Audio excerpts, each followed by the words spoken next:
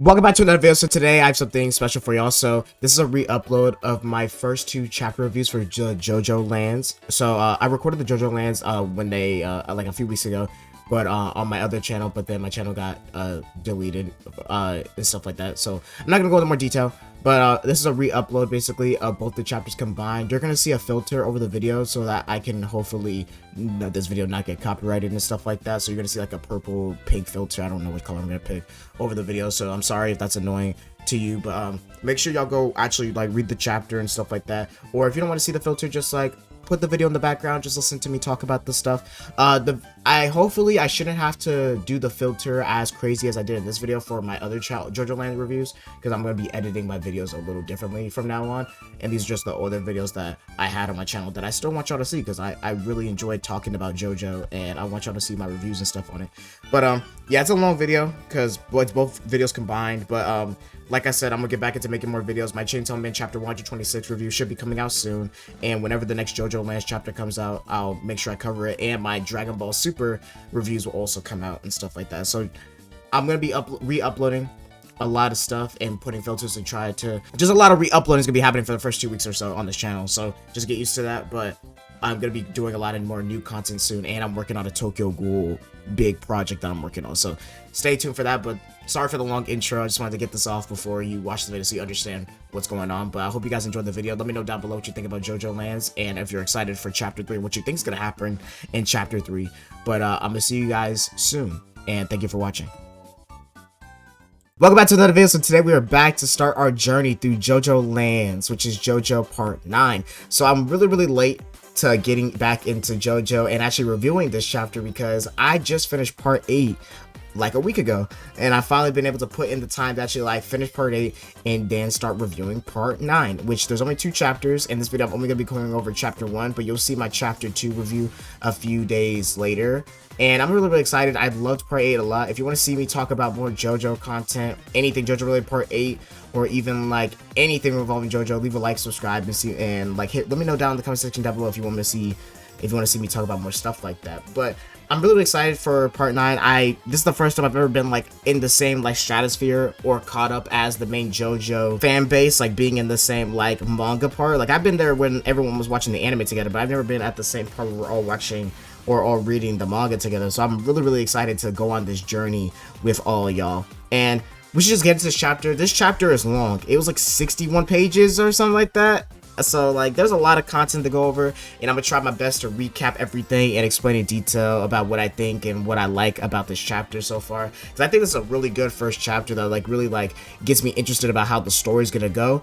And it also makes me excited for just the second chapter, because it has a story that I like when mangas or just stories in general do this. So I'm gonna try my best to recap as best as possible, so let's hop in. So the chapter starts off with showing like the B-roll, showing the footage, showing that like this part takes place in Hawaii. Like I said, the story takes place in Hawaii, and we actually start off with a police pullover. So the police are pulling over this car, and then in this car we actually get to see our 2 main like Joestars. We get to see Dragona Joestar and Jodio Joestar, and Dragona Joestar is actually driving the car, and the cops like even like telling Dragona to like turn off the music and stuff like that, and it seems like a normal like pullover. But then it gets starting to get pretty weird, because the cops already giving like weird like vibes. He's like asking for Dragona's like your license and registration and stuff like that, and then like telling them that you were swerving on the road and stuff like that. And Dragona like gives like the license and registration and stuff like that, and the cop is like very suspicious. Like he's looking at the registration and the ID like it's like weird, and you'll see why. But like he was already suspicious of the 2 driving, and so they even have like a little talk. Like Dragona and Jodio start talking a little bit, and like Dragona like asks Jodio like, was I like swerving and wasn't noticing? And I thought at first like the cop was like maybe like not like tripping, which we're gonna learn later on that he was. But like right now I thought like, oh, is he tripping, or is like, are these people like just bad, or these Joestars? And then the Dragona's like, I know I wasn't speeding, and I thought the road was too straight for me to swerve on. And then Jodio says it's because you were jamming out to Dua Lipa so hard. That throws me away when I hear like pop culture references like that. I be forgetting that this is modern JoJo. They're gonna be making references to people that are like popular now, so that actually made me laugh. And like you actually see like Jodio and Dragona start laughing about it, And the cop comes back, right, with the license registration. And I think the cop knows something's up when he checked the license and registration, because we're going to learn later on that one of them has the ability to do something to change stuff. So keep that in mind. But the cop comes back and starts asking more questions, and is even like wondering like, yo, like, I need to, like, asking more questions about like, what are you doing, who are you, how old is your passenger that you're with, and stuff like that. And Dragona's like asking like, why are you asking these questions? It's making me uncomfortable, and also, can you back away from me because I'm afraid of getting COVID, which threw me away that she like said that, like, she's afraid of getting COVID. And then the cop starts asking like, are you insinuating that you don't want to get close to me because of my race? Which blew me away, because she didn't even say that at all. Like, Dragona did not bring that up at all. She just said that she wanted him to back away because she's afraid of COVID, because it's modern day and he was afraid of it.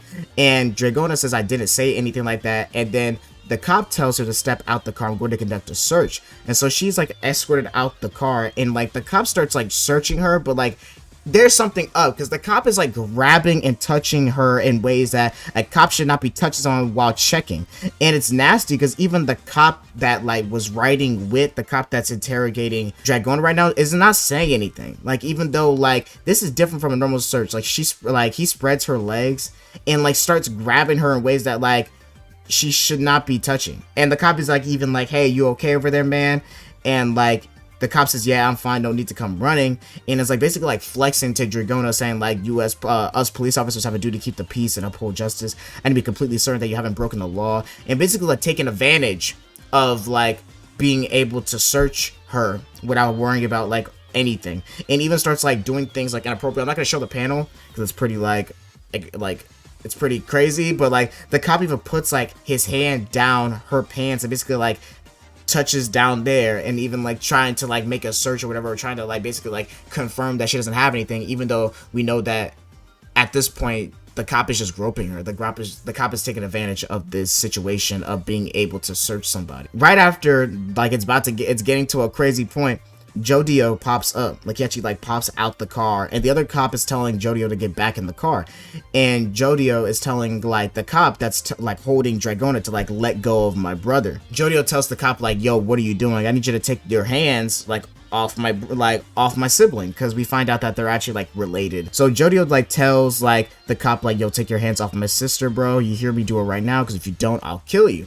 And then Dragona and the cop are like looking at Jodio, and even the other cop is telling Jodio to like put your hands on your knees, like freeze right now.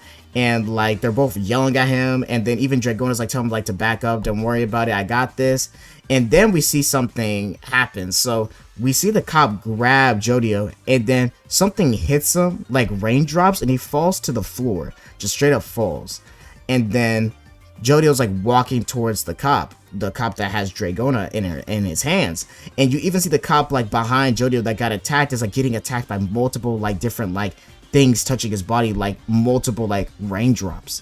And then we go to the next page, and we see all these raindrops, like I said, going into the cop's body, and you see that it's doing damage. Like, it's literally like creating holes in the cop, and I'm assuming it's like little small hits. Like, think of it like at the end of part 8, like with the Wonder of You, whenever the Wonder of You would activate, and then like small raindrops would become big damage to a person. I think that's what's happening, kind of. Not the same thing with Calamity, but just like, oh, these small raindrops can actually do a lot of damage to a person. And you even see the cop is like coughing up blood and stuff like that and being attacked. And so it's like, it looks like it's a bunch of mini punches on the cop by the stand ability. And we actually get to see the stand, and it looks really, really cool. I think when I first saw it, I was like, whoa, this is not the traditional main character stand. Like, you know, because main characters usually in JoJo have a pretty like humanoid stand with arms and punches and stuff like that, besides tusks. So I was very surprised by the way it looked, but the more and more as I reread the chapter, I really like how it looks. It looks like a weird sprinkler.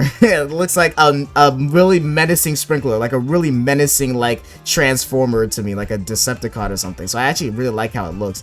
And there's a really, really cool panel where it shows like its face, and I think the masks that it kind of has, like this like little like mask with the holes, it looks pretty sick. I'm not even gonna lie. And it looks pretty tall too. I think it's taller than the car. So this is a really interesting looking stand, and we actually learn the name of it later on, and I believe it is called November Rain, and I believe that is a reference to, I believe it's a reference to Guns N' Roses. I'm not sure exactly, because Guns N' Roses do have a song called November Rain, so I don't know if it's exactly a Guns N' Roses reference. Let me know down below, but that's what I saw so far from looking it up and trying to see, because you know how JoJo is with their, or Rocky is with their music references. So we see that Jodio's approaching the cop, and the cop is telling Jodio to freeze, and then we see Dragona grab the cop's face, and then his face gets disfigured. You see that his eyes are no longer in the right spot that they're supposed to be. One is in his cheek and one is on the top of his forehead, and he actually misses Jodio with the gunshot because of it. And Jodio's stand starts to attack the cop, where all these I said raindrops earlier, but it could also be snowdrops or something. Let me know down below what you think, but that's what it's giving to me. That's what it's looking like. It's looking like raindrops and stuff like that. And then we see Jodio do a big scream while he jumps and starts stomping the hell out of this cop and telling him yo, you're trash, yo, you're a piece of shit, I'm going to kill you and stuff like that. And then Dragona basically is trying to pull off Jodio, telling him yo, it's okay, you're going too far, you're about to kill them. And then you see that basically both of them are beaten half to death, but they're not dead.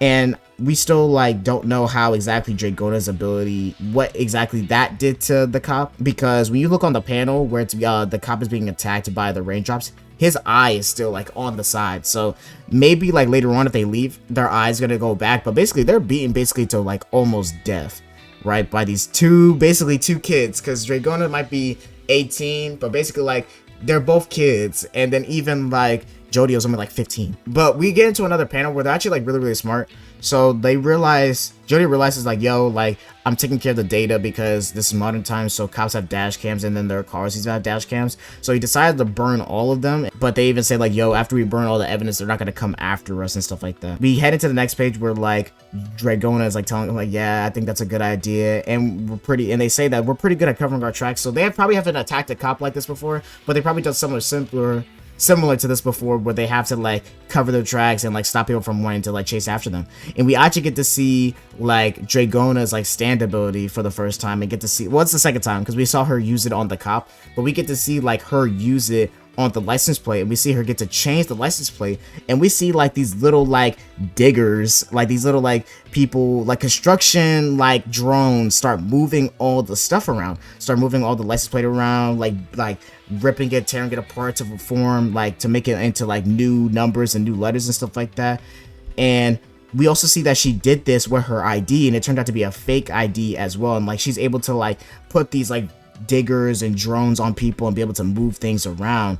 And we even learn November Rain at the end of the chapter that her stand is called the Smooth Operators, which I'm not sure exactly what is that a reference to. I tried looking it up, but I wasn't sure exactly. Let me know down below if you know exactly what the reference or to the band or to the song that is specifically to, because I tried looking it up, and one that popped up for me was this Sade song, Sade song. So I'm not sure if that's exactly it, or there's a lot of songs that are called Smooth Operator, so I don't know exactly who, or even Paul Wall, so I don't know exactly who the reference is to. There's a lot of people that have the song Smooth Operator, but let me know down below if you know exactly what the reference is to.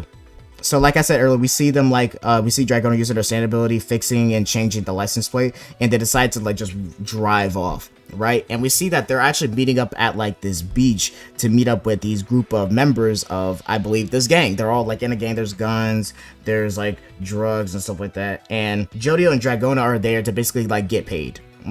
They got their cash, and then basically the people there tell them yo, you did a good job, and then even asking yo, did you hear about that cop car that got burnt outside the warehouse district? Do you guys know anything about that? And we get this funny panel where we actually see Jodio and Dragona just look at each other, and then just put their arms up I don't know. And I've been seeing this panel on Twitter before I even read this chapter, and that part made me laugh a lot. I like how they feel, these people, Dragona and Jodio, really do feel people their age. I've seen a lot of people this age, I've even been I'm 20 years old, so a lot of people that I know kind of act like this or seem like this, and I felt this chapter is really good at showing these people are really laid back. Jodio and Dragona are really laid back, are different from other Joestars in a way, because so far they're like Jojo's like motivations and like what he wants to do is bad. Like he's not a good person, but his motivation to get to his goal is JoJo-esque. Like it's Joestar-esque because he's very passionate about it, and even talks about a thing later on called the mechanism and stuff like that. So like he's definitely giving Joestar, but it's definitely unique that this chapter is focusing more on these Joestars not being like exactly the best of people, in which every Joestar has like stuff that doesn't make them the best of people, but these two are literal criminals in a drug trade. So I think it's like a little bit different. We actually cut to like Jojo basically explaining that their mom basically has a stress-free life because of what Jojo and Dragona do in the drug trade for her to make sure that she's always going to be good.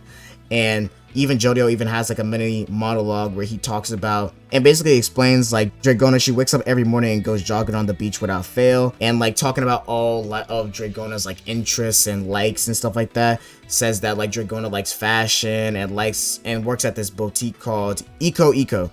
And they even show like something actually really cool. They actually show a family tree while Jojo's talking, to basically talk about their family and explaining that our parents moved here to Honolulu, Hawaii from Atlantic City on the mainland. It seems like things were messy between our dad and mom because she's been raising us alone. And we actually see the family tree, which we have seen multiple times in part 8, the family tree. But as you can see, there's two sides of the family tree, and we see Barbara and Joestar, and the father's like not named, right? And then we see Dragona and Jojo. But then on the other side of the family, which is basically Barbara Ann's like sibling, which is basically like Dragona and Jojo's auntie, is Holly Kira, and you know their father and stuff like that. And then you know Holly Kira gives birth to Yoshikage Kira, and we know about Yoshikage Kira and Kaio Nijimura, which also like is Kira's like sibling and stuff like that. And then we know that that goes into like Josuke. So we know that like Dragona and Jojo are, I believe, are the cousins of Yoshikage Kira and that side of the family. Like basically they're the other side of the family that we didn't get to see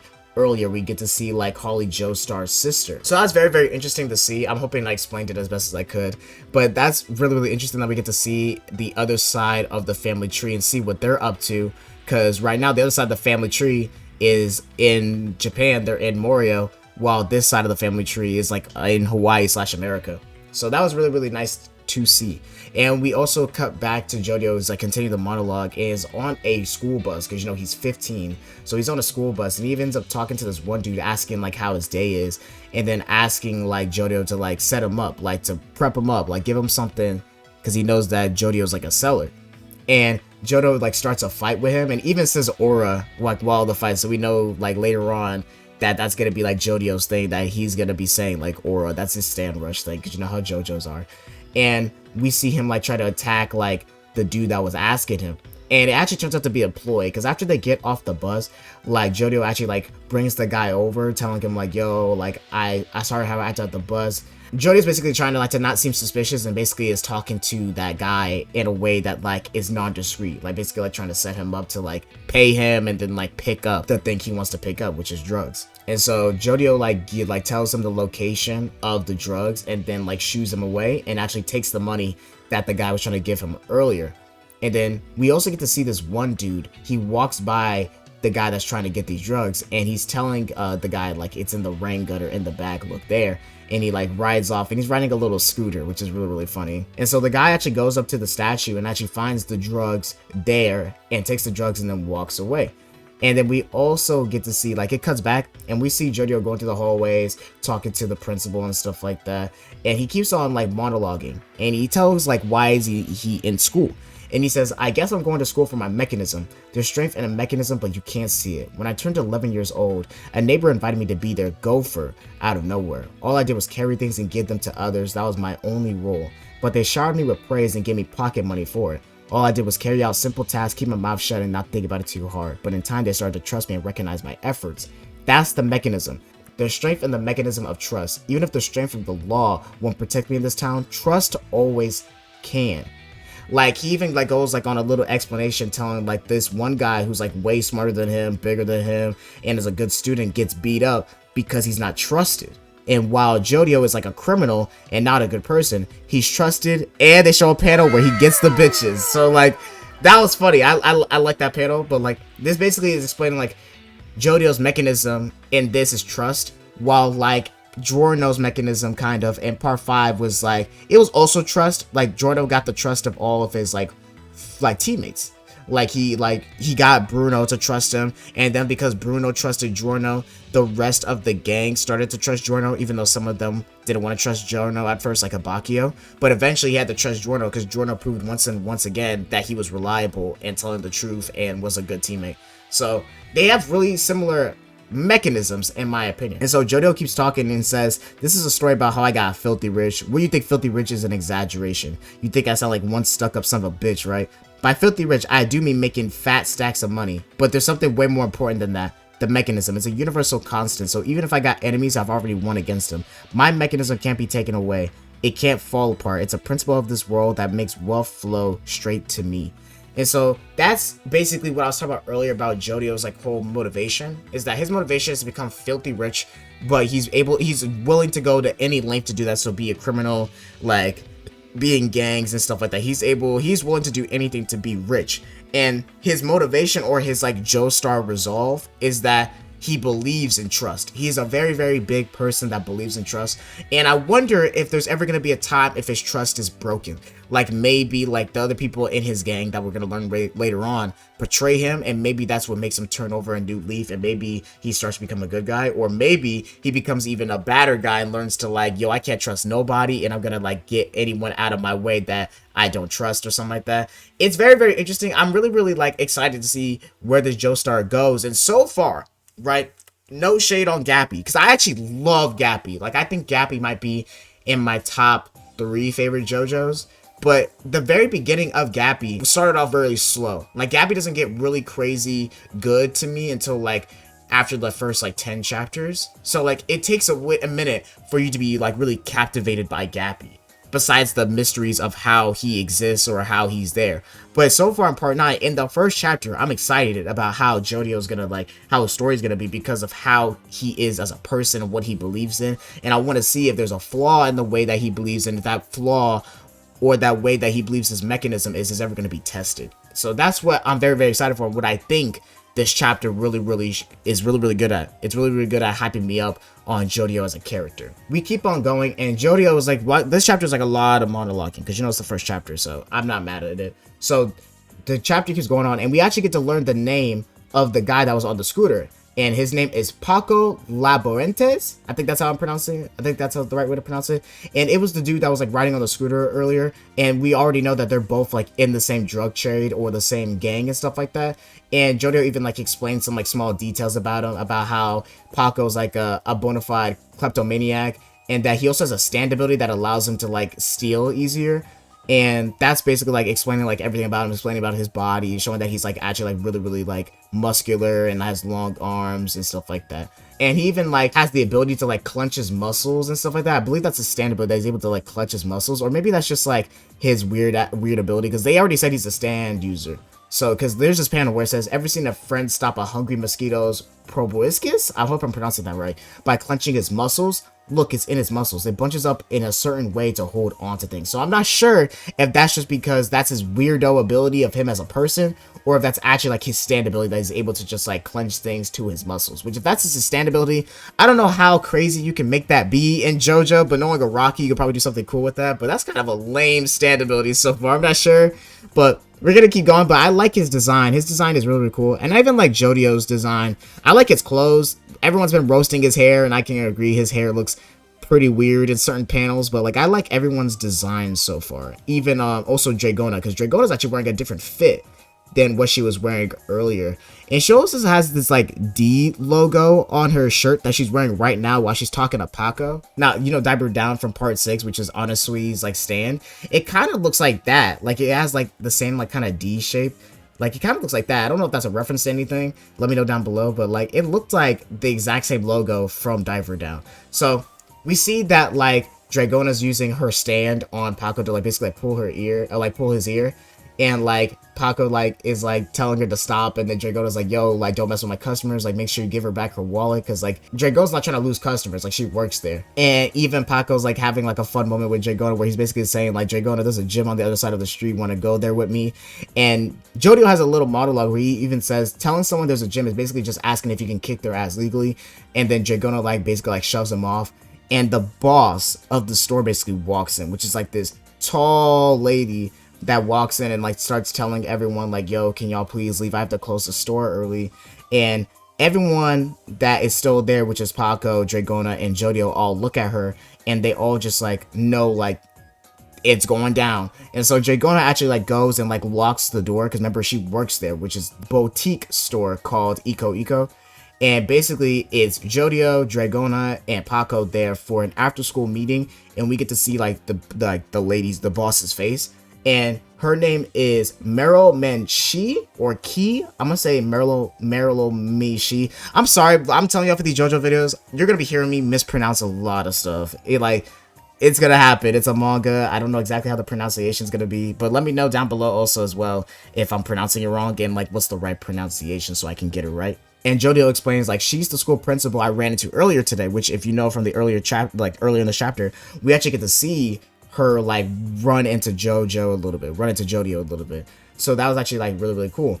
She's one of the Eco's investors, and she always drops by after school. In other words, being a principal is her main gig, and managing this boutique store is her side hustle. She's our boss. All of the fashion illustrations hung up on the walls and the clothing and accessories are designed single-handedly by her. I really like the designs. I think they're kick-ass.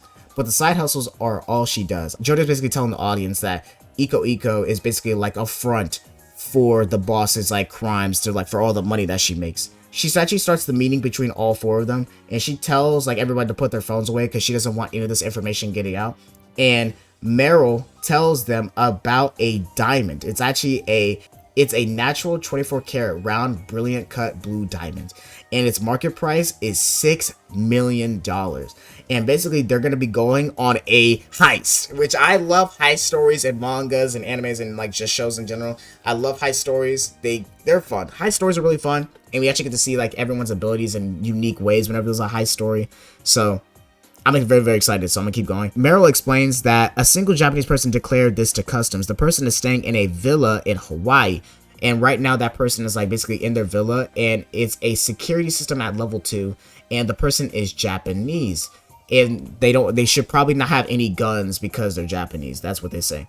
They came alone, and they're gonna be staying here for 15 days, and it's been 3 days already, so they have 12 days left. And so she asks them if they want to do the heist. And she said that she'll be taking an 18% cut, but they'll be taking a 2% cut in total. And that's for all of them combined. And so that's 2% of 6 million, which is 120K. They have to split it and they'll get $40,000, which is still like, that's a lot of money, especially for someone of their age, like 15 and 18 years old. So that's a lot of money.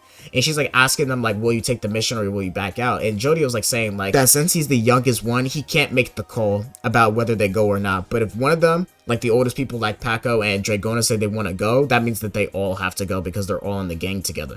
And then Meryl asks is like, I would like the 4 of you to go together. You'll have a lot of ground to cover to look for that diamond after all. And then we actually see the next panel that we see the dude that bought from Jodio and Paco earlier, that one dude that was like with getting the drugs earlier. Jodio even monologues to himself asking like, maybe this is another one of the world's mechanism. Every team gotta have its own weirdo, which is true. Every single team's gotta have a person that's like the weirdest one, or the one that's like the not like traditional person. And the other 3 start to complain about it. They start like, do they have to have 3 people? And then Meryl's like, yo, like, this is not like a simple mission. You're gonna need everybody to do this. And like, it's not gonna be simple. Like, the 3 of you just can't do it by yourself. And this is the end of the chapter, basically. And Jodio explains. He says, this is the beginning. A single diamond worth $6 million. Our job is to go to Hawaii Island and take that from a rich person's empty villa. But our team of 3 has become 4. Meryl May's practically ordering us. If Meryl May says the 4 of us have to go, we'll probably all go.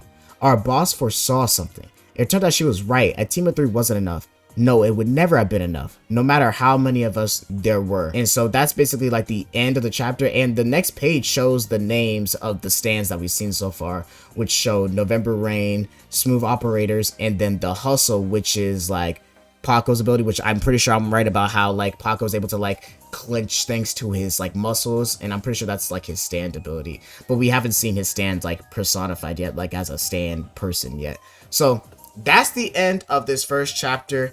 It took me a lot to get here explaining it because I'm really bad at explaining JoJo, because JoJo is just like a lot, but this is the end of the chapter. I really like this chapter. It's very interesting, and it sets up a really cool moment where we're gonna have an heist arc. And I love heist stories in manga and anime and shows. I just love heist stories. I'm very interested to see more about Jojo's stand ability. I'm excited to see Dragonum, like what more she can do with smooth operators. It's giving a lot of like Part 5, it's giving a lot of Sex Pistols, where how Sex Pistols has a bunch of different versions of itself, like all the different yellow creatures and stuff like that. And so that's what it's giving. Like, this part is giving a lot of Part 5 to me, which I don't know if that's giving it the same way to y'all, but let me know down below how you feel about the chapter, how you feel about Part 9 so far. It feels like the opposite version of, like, Giorno's story. And I really like that. And I'm excited. Like, the second chapter is already out. I haven't read it yet because I wanted to read the first chapter first before I do anything on chapter 2. I want to record the video first and edit it first before I even touch chapter 2, so I don't like become conflicted on reviewing it. But let me know down below what y'all thought. Leave a like, subscribe to see more content like this, and hit that bell post consistently. Let me know what anything I can do better. This chapter took me a lot to review, because like reading everything and then just like trying to comprehend everything and trying to read it in an easy way is hard sometimes with all the dialogue. But I hope I tried my best, and I hope y'all enjoyed the video, and thank you for joining me on this journey through part 9 of Jojolands together. So I'm gonna see you guys next time. Peace. Welcome back to another video. So today we are back to talk more about Jojolands. We are on Jojolands chapter 2. It's taken me a while to start recording this video because I've been dealing with a lot of allergies, so my voice sounds pretty weird. It might even sound pretty weird right now, but I hope you enjoy the video anyway. Leave a like, subscribe, and see more content like this, and hit that bell posted consistently. And let's just hop into the chapter. So this chapter is definitely not as crazy as the last chapter, or as long as the last chapter. It's not gonna be as long as the last video, because the last video was like 30 minutes long. So let's just hop into it. So the chapter starts off with a new key art to showing Jodio, and then saying that it's chapter 2, and we head into a woman riding a bicycle. She's like wearing like clothes, like basically she's like bicycling out like in the sun. It's Hawaii, and she sees Jodio on the side of a tree, and she starts asking like Jodio, like, yo, I got a test this weekend, and asking like, yo, do you have the stuff, like basically asking for drugs and stuff. And Jodio's like acting like who are you? Like, I don't know who you are, get lost, and like chatting up with a minor is a criminal offense. And the girl's like got an attitude saying, what's his deal? And then she starts to like walk off. And Jodio's like, yo, like, you throwing the towel that fast? Like, no, like, actually, I think I do know you, but put the money in the can first. That's how I do things. I don't give people anything unless they put stuff in the can first. And he starts monologuing, where he starts talking about how usually he only sells at the schoolyard, but Marilyn May is telling him to like start like branching out and doing more things and like sell to university students. And so the girl starts telling him like, how many grams will I get off $100? And he's like telling her like, you know, you'll get a little bit, and like telling her like how he thinks like she's a suspect. They like starts telling her like, yo, that bike and helmet of yours looking pretty suspicious. That's a weird looking headlight. It's got some camera or a microphone installed.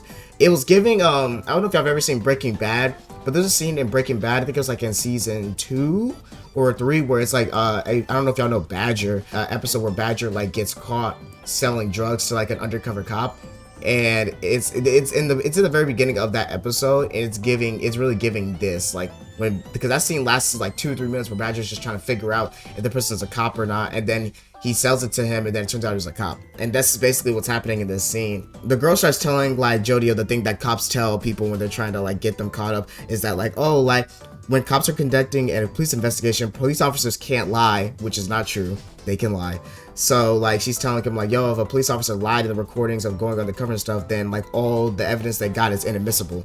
That's not true. If you know about cops and you know about the justice system, that is not true. So she's trying to basically like set him up, and Jodio actually like falls for the trick and like asks her, are you a police officer? And she says, I'm not a police officer. And that's when he like believes her and says like, go to the statue to get the drugs, and even sees Paco about to like drop off the shit. And even Paco even tells her like, yo, under your foot, you just stepped on it, there's the drugs right there. Jodio takes the money and starts to walk off, and then the woman pulls out a gun out of her purse when she sees the drugs and says freeze, and like tells her like, I'm from the DEA and all y'all are under arrest. And like Paco gets fucking tackled by a DEA officer, and then you see like Jodio put his hands up, and like right now the woman's telling her like, she says, you're being charged with unlawful sale and possession of drugs, and calling him stupid and shit. And Jojo even gets tackled by 2 cops. And guess who the 2 cops are? It's the same 2 cops from the last chapter that were assaulting Dragona and basically trying to like assault the Jojo as well. And the cops like talking shit. So I'm like, yo, remember us from last chapter? Like, you did all that nasty ass shit, but now we gonna get it back in blood today. Like, I was saying all this nasty shit. Like, the cop that was like touching on Dragona is like saying like, yo, I enjoyed touching your friend and I can't wait to like touch like their ass again, and saying all this nasty shit. And it looks like Jojo got caught up. Like, damn, like, how are they gonna, like, how's he gonna get out of this? And then Jojo tells the cop, like, I should have killed you both when I had the chance, and saying like all this stuff like, I don't care about y'all, and saying after all there's no evidence. And he activates his ability, and all the rain comes up, and it actually like destroys the drugs that was in the woman's hand, and it actually like starts like just destroying it, like it's all gonna be gone, right? He decides, like, he's saying like, yo, I wanted to like put these people in the ground, but he bit his tongue and stuff like that, and like he's not making his ability fuck him up as much. Like, this chapter you can see like whenever the rain falls on them, I think they even say that they can like see the rain, or because when they were like talking and stuff like that, they said the raindrops there are, like, they're saying like the raindrops there are stuff like that. So I think they can actually like see the rain, and you see that like it's affecting them like it did last chapter, but it's not affecting them as hard as it was like in the last chapter. Like, it only like slightly hit their foot, like more like instead of like them getting hit by like anvil raindrops, it felt like they're more getting hit by, what's the right word, maybe like 5-pound raindrops or something. So you see the cops start running away, and then the female cop is like super like surprised, and everyone's just running away. And then Jojo starts to like monologue. He even says like, I'm going a little bit off topic. He starts talking about how he has antisocial personality disorder, that he was like diagnosed with that, and that people are saying that like, oh, he's like never gonna be happy. Even like his mom is there to like be mad and saying like, yo, like, why are you telling my child that? He's still like young, you don't know if he's actually like has that disorder. And you can even see like the paper that says like unable to control one's actions or does not experience feelings of guilt and stuff like that. And it actually like made Jojo sad. Like, he said, could a guy like me ever be happy? I think it's possible so long as I try hard, but the truth of this world is that I'll always come across bastards like those in its seedy, unfair underbelly. It's enough to drive me crazy. And that could be the reason why he maybe is like antisocial or has antisocial personality disorder, because, you know, ever since he was a kid, he has been raised on being quiet, like on trust and stuff like that. And then now when he's older, like, it's hard for him to trust people, because, you know, like, you got to be like careful who you sell to, or be careful who you trust in the drug trade. You also got to be like strong. Like, you can't just let people like try to like push you around and stuff like that. Like, Jojo doesn't let anyone push him around, and that maybe can seem like, oh, he doesn't play well with others, and that's why he's like antisocial or something like that.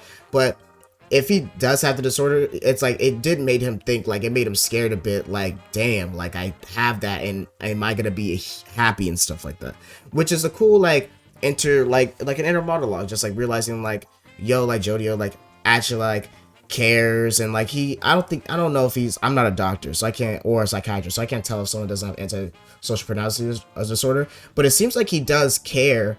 Like, he cares about Dragona. Like, he is like very, very like, what's the word? He's very observative of his surroundings and stuff like that. So I don't think like he doesn't like care about anyone or doesn't have feelings for anyone or stuff like that. I just think that he's very, very strict, or very, very like dead ass. Like, if you fuck with me, I'm gonna fuck with you type shit. And I fucks with that a lot. I like Jojo's attitude so far. He's definitely giving Jojo. It's just that he's in the drug trade. He has the personality of a main Jojo. So we actually get the title card of the chapter, like the Jojolands Part 9, and we see the new character from the last chapter, the hot dog man. We actually learned his name in this chapter, and his name is Usagi Alahoda, I think that's his name. I can't say that full name. Like, it's a hard name, so we're just gonna call him Usagi. But he talks to basically the whole group about how they're gonna like get a rental car and ask them to split $30 and stuff like that. And we learned that Usagi is 19 years old. and they're all like worried, like, because he has a lot of enthusiasm compared to them. Like Dragona, Paco, and like Jody are like a lot more serious, so they don't know like how good he is at his job because of how crazy he is. And they start driving off when we get these like really nice panels where you get to see like the environment and the Hawaii and stuff like that. This shows like, I gotta believe that Araki actually like traveled to Hawaii to like draw, like to be able to like be inspired by the environment and actually like know what it looks like so that he can draw it correctly, because these panels look really beautiful. And you can see like a panel where they're just chilling and vibing on the car, just sleeping and stuff. I like it a lot. We keep on going and we see that they're all talking. They're at the basically the outside of the mansion slash the house where the Japanese man is at, and Jojo's basically giving like the rundown, telling how many like things are inside the house. Like there's no one else in the house besides him. There's towels, there's an iPad, there's ginger ale, there's food and stuff like that. And they start building like a map of the house. They find that there's 5 bedrooms, a study room, 6 bathrooms, and a second floor, and that is just the Japanese man. It's just him. And everyone's saying that, yo, we're about to go inside. We're going to get in and out in 15 minutes. And we're going to do this while the Japanese man is outside in the pool. So they find out the Japanese man is inside the pool. And they start actually like getting ready to like go in. And we actually get to see like Usagi's ability, because there's a camera outside. And at first when I saw the camera, I thought Dragona was going to use her ability to smooth operators and like send them to like break it down. But actually we get to see Usagi's ability, which his ability is really weird. So his ability is that he's able to summon a little chicken thing, and that chicken thing is able to go to a thing that he wants to like copy, and it can copy it, right? But it has like a little perk, right? There's 2 perks. One, he can't summon the ability. So he asks Dragona, like, yo, I want you to say, I want cameras. I can't be the one to do it. And then Dragona says, I want cameras. And then that's what summons the little chicken thing out of his hand. And it like runs down. It goes to like the camera. And it like merges with it and then splits off. It's giving like Kiss, like Hermes ability, because you know how Hermes can like put a sticker on somebody and it like splits their head or splits whatever body part. That's kind of what it did. He says that basically it's going to result in 2 images being recorded. One is real and one is fake. And then you see that in the left camera, it's actually like how Usagi looks, and then the other camera, his face looks different. So it's like a combination of like Hermes' ability and Tsurugi's ability from last part, where Tsurugi's ability was with the whole origami, and then whoever touched the origami was able to like, everyone's faces look different. That's basically like a combination of these 2 abilities, in my opinion. Also, the other camera, because you know there's 2 cameras, like one's gonna be inverted and one's gonna be the actual like way that they're walking. So everyone starts walking off, and like the mission's about to go. It's like on go mode. Like this is basically the end of the chapter, and we see a man swimming, like he's full-blown swimming. You see him just having fun, being peaceful. No one's there, like everyone said. And we turn, and Jodio notices him because he's looking at on the binoculars, like he's far away. Because remember, like the main, he's more on like backup, like he's not the main ones pushing the mission because how young he is. And then Jodio says, I know that guy, he's famous. I've got his books in my house and I'm always watching the anime adaptations online.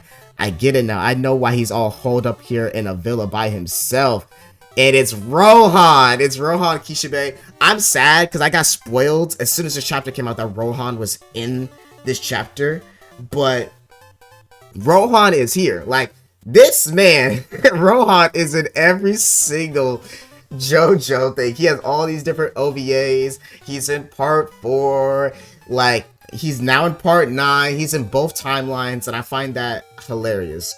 He looks pretty similar to how Rohan looked in the other universe. Like he has the same like kind of like headpiece and the same hair and the earrings, and he probably still has Heaven's Door, probably. And he also has like this thing, they showed like this little panel, and I don't remember correctly, but isn't that like when you're like inking something like a pen, or not a pen, but inking like a paper or whatever, like that's like a thing? Am I tripping? Like let me know in the comment section down below. I don't remember what it's called, but it definitely looks like that. And I'm assuming like we're gonna get in the next chapter probably like, you know, in April, like later this month, because I'm dropping this chapter on April. I'm reading this chapter and reviewing it on April 1st. So like I think like he's gonna still have Heaven's Door.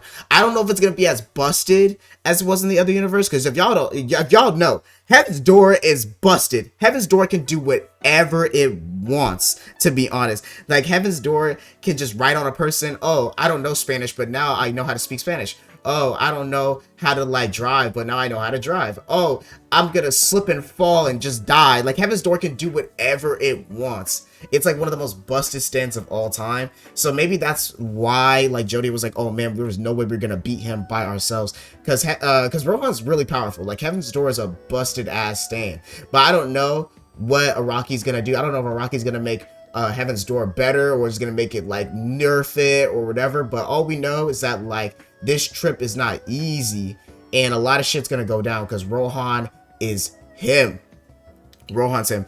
I like this chapter a lot. It's not as hard to review as last chapter. Like, last chapter took me a lot to review. It was definitely a lot of information, but this chapter is like definitely like a lot more low key. We get to learn the hot dog man's name, which is Usagi. So we got Paco, Usagi, Dragona, and Jodio.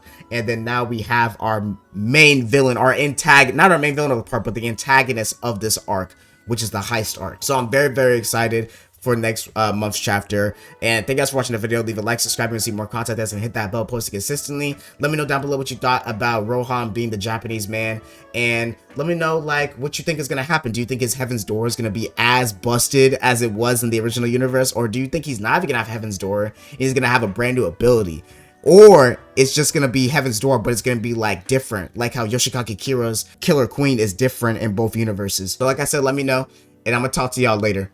Peace.